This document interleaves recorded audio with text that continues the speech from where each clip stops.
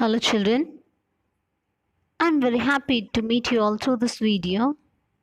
Now we are going to see the second prose of 12th standard, A Nice Cup of Tea by George Orwell. The title is A Nice Cup of Tea, that is, a very good cup of tea. There are few varieties of tea, that is herbal tea, iced tea, lemon tea, green tea, black tea, etc.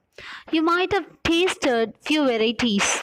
Now here, author George Orwell is willing to explain how a nice cup of tea would be.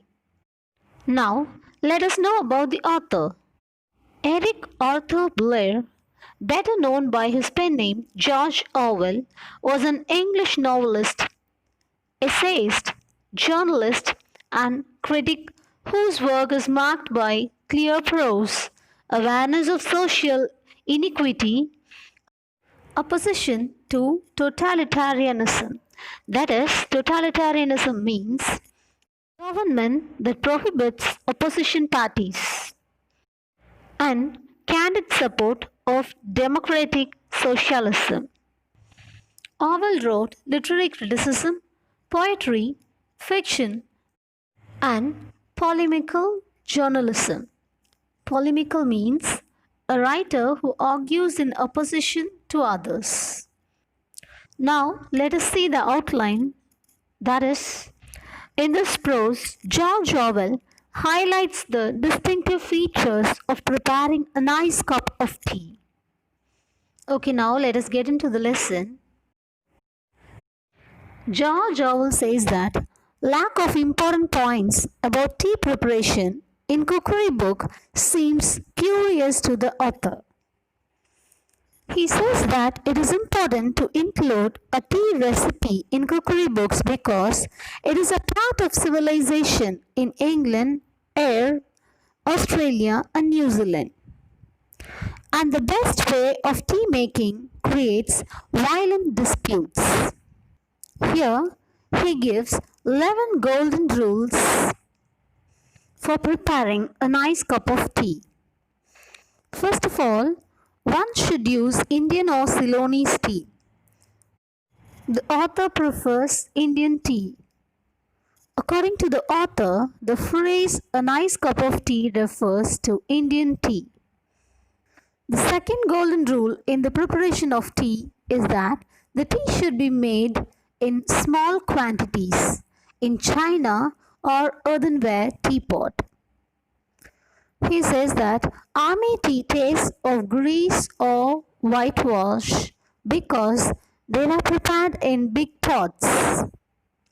Third point is the pot should be warmed beforehand. The fourth point is the tea should be strong. He says that one strong cup of tea is better than 20 weak ones. Fifth point is the tea should be directly added to the teapot for it is harmless. Strainers or muslin bags should not be used. The tea should be infused properly. Sixth point is one should take the teapot to the kettle and not the other way about.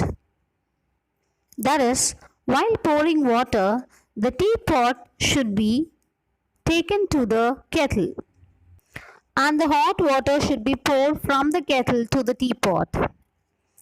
And the seventh point is, after making the tea, one should stir it or better give the pot a good shake. Eighth point is, the cylindrical type of cup should be used for consuming tea. Otherwise it will be half cold, it won't be hot. And the ninth point is, one should pour the cream off the milk before using it for tea to avoid sickly taste. The 10th point is, one should pour tea into the cup first. This will regulate the amount of milk in tea.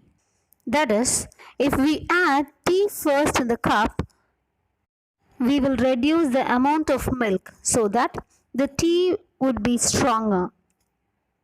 And the last, 11th point is, unless one is drinking it in the Russian style, it should be drunk without sugar. The author says that you should drink tea without sugar if you are a true tea lover, or else the sugar will destroy the flavor of the tea. He says that if you add sugar, you are tasting the sugar. You are tasting merely the sugar.